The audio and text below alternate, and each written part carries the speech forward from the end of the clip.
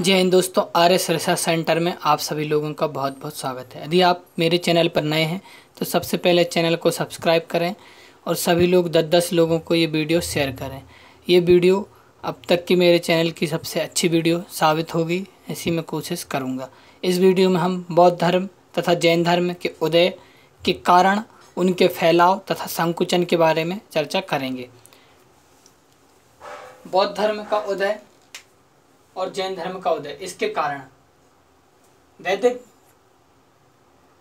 वैदिक काल जिसकी वीडियो अपलोडेड है, वैदिक काल आप देखेंगे जो कि 1500 से 600 ईसा पूर्व के मध्य माना जाता है। इसे दो भागों में 1500 से 1000 तथा 1000 से 600 ईसा पूर्व में माना जाता है। ऋग्वैदिक काल तथा उत्तर वैदिक काल। लेकिन ऋग्वैदिक काल में व्यवस्था थी, बड़ व्यवस्था जो थी वो कर्म प्रधान थी, लेकिन उत्तर वैदिक काल में बड़ व्यवस्था जन प्रधान हो गई, जिसके कारण शूद्र तथा वैश्य की स्थिति बहुत अधिक खराब हो गई और ब्राह्मण क्षत्रिय की स्थिति उतनी अच्छी नहीं रही। ब्राह्मण की स्थिति का बोलबाला हो गया, पहला कारण। दूसरा कारण, उत्तर भारत काल में लोहे की खोज के परिणाम स्वरूप अत्यधिक मात्रा में कृषि होने लगी, जिसके कारण विभिन्न प्रकार के युद्ध तथा नरबलि आदि प्रथा बढ़ गई, जिसके कारण जो पहले खेती होती थी उसमें पशुओं का ज़्यादा उपयोग किया जाता था। लेकिन पशु हत्या के परिणाम स्वरूप क्या हुआ, एक जो कृषक समुदाय था वो भी इस व्यवस्था से बहुत ज़्यादा खुश नहीं था। इसके परिणाम स्वरूप 2-3 कारण बने और एक कुंठित मानसिकता और पिछड़ी सोच के बाद एक नवीन धर्म बौद्ध और जैन धर्म का उदय होता है, जिसके कारण प्रमुख इसके कारण रहे। अब इसका फैलाव का प्रमुख कारण क्या रहा, एक तो इनका सीधा सीधा ब्राह्मण धर्म में सूदखोरी गलत है, लेकिन बौद्ध और जैन ने कहा आप ब्याज पर ऋण ले सकते हो, ऋण दे सकते हो, जिसके कारण व्यापार अधिक संपन्न हुआ। और बौद्ध तथा जैन धर्म में ब्राह्मण क्षत्रिय वैश्य शूद्र जैसी कोई भी परंपरा नहीं थी और सभी लोगों को उन्होंने समाहित कर लिया। और ब्राह्मणवादी लोगों की भाषा संस्कृत, जैन बौद्ध की भाषा लोक भाषा पाली और प्राकृतिक, इसके कारण इस धर्म का अत्यधिक मात्रा में फैलाव हुआ। अब जैन धर्म के बारे में विस्तृत रूप से देख लेते हैं। जैन धर्म के प्रथम तीर्थकर ऋषभदेव हुए थे तथा 23वें तीर्थकर पार्श्वनाथ थे, लेकिन वास्तविक तीर्थकर माने जाते हैं महावीर स्वामी। महावीर स्वामी का जन्म 540 ईसा पूर्व में कुंडलग्राम वैशाली में हुआ था। इनके पिता का नाम त्रिशला तथा माता का नाम त्रिशला तथा पिता का नाम सिद्धार्थ था। ये क्षत्रिय कुल में हुए थे। इनकी पत्नी का नाम यशोदा था।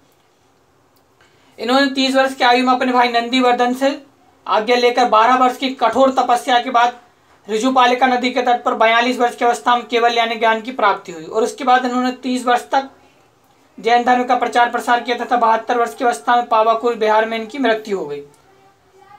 अब 4वीं शताब्दी यानी 312 ईसा पूर्व में क्या होता है, यह पूरा कालक्रम आपको बिहार इलाके में ही, वर्तमान बिहार इलाके में ही देखने को मिल रहा है। तो इस समय पाटलिपुत्र में मतलब मगध जो क्षेत्र है वहाँ पर अकाल पड़ गया था। अकाल के कारण जो जैन संत थे भद्रबाहु, वो कर्नाटक के श्रवणबेलगोला में चले गए थे और वहाँ से जब लौट के आए तो लौट के आने के बाद जैन धर्म में मतभेद की स्थिति उत्पन्न हो गई, जिसके कारण एक परिषद बुलाई गई जो कि 322 या 300 ईसा पूर्व 322 में 300 ईसा पूर्व मानी जाती है, जो कि पाटलिपुत्र में हुई। इसकी अध्यक्षता स्थूलभद्र ने की, लेकिन दोनों स्थूलभद्र तथा भद्रबाहु समन्वय स्थापित नहीं कर पाए। इसके कारण जैन धर्म में 2 भागों में दिगंबर तथा श्वेतांबर में बढ़ गए। दिगंबर अर्थात नग्न रहने वाले और श्वेतांबर अर्थात पीले वस्त्र धारण करने वाले।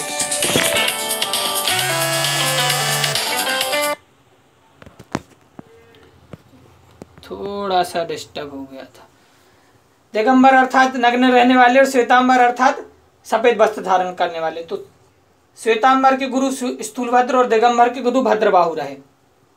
और फिर द्वितीय बौद्ध संगति श्रवणबेलगोला में श्रवण की अध्यक्षता में भल्लावी में होती है। इसके बाद अपन देख लेते हैं बौद्ध धर्म। बौद्ध धर्म के संस्थापक महात्मा गौतम थे, जिनका जन्म 563 ईसा पूर्व में लुम्बिनी में हुआ, जिनके पिता का नाम शुद्धोधन तथा माता का नाम महादेवी था। इनके जन्म के बारे में कहानी मिलती। जब इनका जन्म हुआ था तो शुद्धोधन को एक विभिन्न प्रकार के ब्राह्मणों से इनके भविष्य जानने के बारे में चर्चा करी, तो विभिन्न प्रकार के ब्राह्मणों ने कहा इस बालक या तो चक्रवर्ती सम्राट बनेगा या बहुत बड़ा सन्यासी बनेगा। लेकिन कौंडिल्य नामक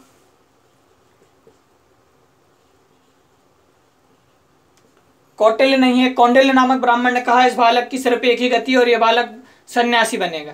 इस बात से शुद्धोधन ने अपने पुत्र के चारों तरफ स्त्रियों का एक ऐसा जाल बिछा दिया जिसके कारण मतलब वो पूरी तरीके से भोग विलासी पूर्ण जीवन जीते रहे और उन्होंने संसार नहीं देखा और उनके आसपास वृद्ध व्यक्ति और बीमार व्यक्ति सभी लोगों को हटा दिया।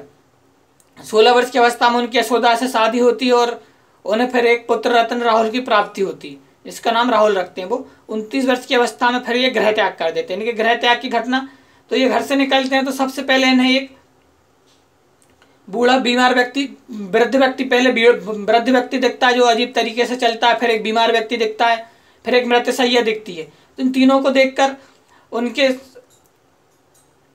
जो घोड़े के सारथी थे वो कहते हैं कि हे नाथ ये तो सभी के साथ घटना है। लेकिन आखिरी में उन्हें एक सन्यासी दिखता है जो कि बहुत मदमस्त खुश रहता है।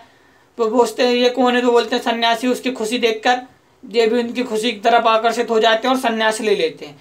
इसके बाद 6 वर्ष की कठोर तपस्या में पीपल के वृक्ष के नीचे इनको ज्ञान की प्राप्ति होती। सारनाथ में ये अपने प्रथम प्रवचन देते हैं जिसे धर्मचक्र प्रवर्तन कहा जाता है और 483 ईसा पूर्व में 80 वर्ष की अवस्था में ये इनका निधन हो जाता है। इनका प्रमुख आर्य सत्य दुख है, दुख समुदाय, दुख निरोधगामिनी प्रतिपदा, अर्थात दुख है, दुख का समुदाय है, दुख का निरोध है और दुख निरोधगामिनी प्रतिपदा है।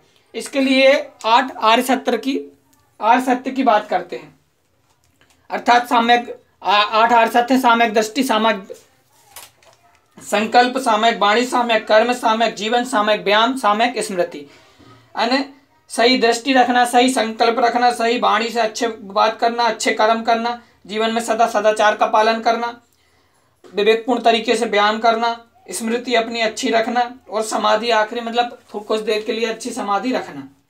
इसके साथ ही पराय धन का लोभ नहीं करना, हिंसा नहीं करना, नशा नहीं करना, झूठ नहीं बोलना, दुराचार का सेवन नहीं करना आदि बातों का भी करते हैं। अब जैन धर्म बौद्ध धर्म उतना ज़्यादा फैला जितना जैन धर्म नहीं फैला, क्योंकि बौद्ध धर्म फैलने का जैन धर्म को एक ही शासक थे जो कि चंद्रगुप्त मौर्य ने आश्रय दिया और विभिन्न शासकों द्वारा इनमें आश्रय नहीं दिया और इनमें शुरू होने के साथ ही इसमें विभाजन हो गया। लेकिन बौद्ध धर्म में ऐसा कुछ भी नहीं होता। बौद्ध धर्म में फैलाव के कारण सबसे प्रमुख कारण अशोक रहे। अशोक एक ऐसे राजा रहे जिसने बौद्ध धर्म को अंतर्राष्ट्रीय धर्म बनाया।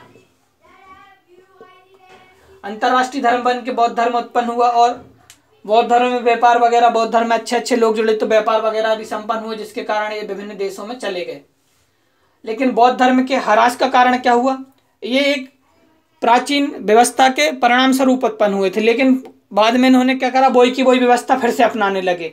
यानी कि कई बार जो भिक्षुणियाँ थीं वो शराब की बोतल के साथ यदि पकड़ी गईं और विभिन्न प्रकार मतलब ये भी उसी तरफ जाने लगे, संग्रहण करने लगे और इसके कारण बौद्ध धर्म का भारत से संकुचन हो गया। और अशोक जो मौर्य वंश था उसमें चंद्रगुप्त मौर्य, बिंदुसार और अशोक के बाद कोई महान राजा नहीं रहा।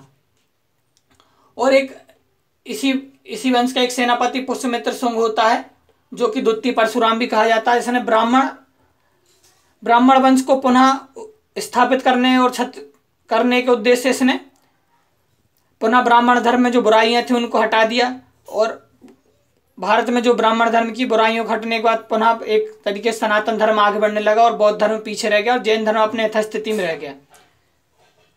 दोस्तों उम्मीद करता हूँ जो वीडियो पसंद आई होगी आपको। जय हिंद, जय भारत, भारत माता की जय।